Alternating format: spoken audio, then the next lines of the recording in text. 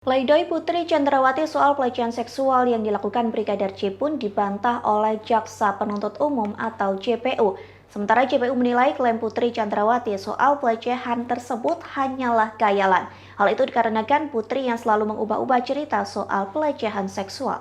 Pernyataan tersebut disampaikan JPU dalam sidang pembacaan replik pada Senin 30 Januari 2023. Jaksa menilai bahwa pelecehan tersebut hanyalah cerita bersambung yang sengaja dibuat Putri. Pasalnya cerita tersebut selalu berubah-ubah dari awal kasus hingga persidangan. Diketahui mulanya Putri Chandrawati menarasikan pelecehan seksual dilakukan Brigadir J di kawasan Duren 3. Namun cerita tersebut kembali berubah lantaran Putri menyebut ruda paksa terjadi di rumah Magelang. Bahkan jaksa menyebut narasi pelecehan seksual merupakan bagian dari siasat kubu Putri Chandrawati. Diketahui sebelumnya, Putri Chandrawati membacakan pledoi pada pekan lalu.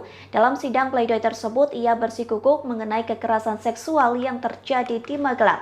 Bahkan Putri Chandrawati menangis saat menceritakan peristiwa yang berujung pada rencana pembunuhan Brigadir J. Dalam tangisnya, Putri menceritakan dirinya tak hanya diruda paksa, namun istri Ferdi Sambo itu mengaku dianiaya oleh Brigadir J. Penuntut umum hanya berdasarkan pada fakta hukum yang menunjukkan terdakwa Putri Chandrawati adalah salah satu pelaku pembunuhan berencana. Meskipun terdakwa Putri Chandrawati tidak memahami atau pura-pura tidak memahami apa itu pembunuhan berencana.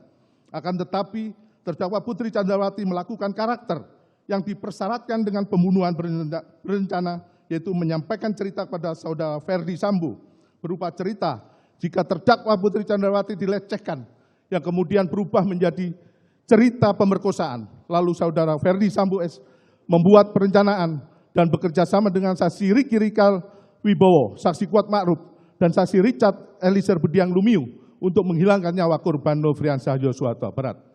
Dan cerita pertama, peristiwa terjadi di rumah Duren 3 nomor 46 karena terdakwa Putri Chandrawati dilecehkan oleh korban Nofriansah Yosua Huta Barat. Lalu cerita tersebut berpindah ke rumah Magelang dengan cerita kedua.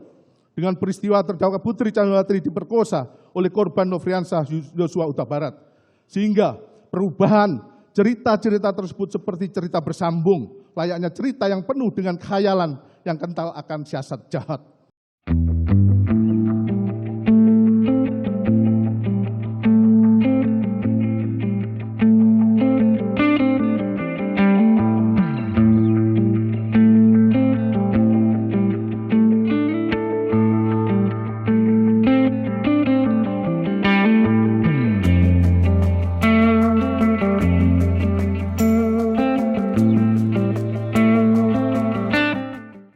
Terima kasih sudah nonton.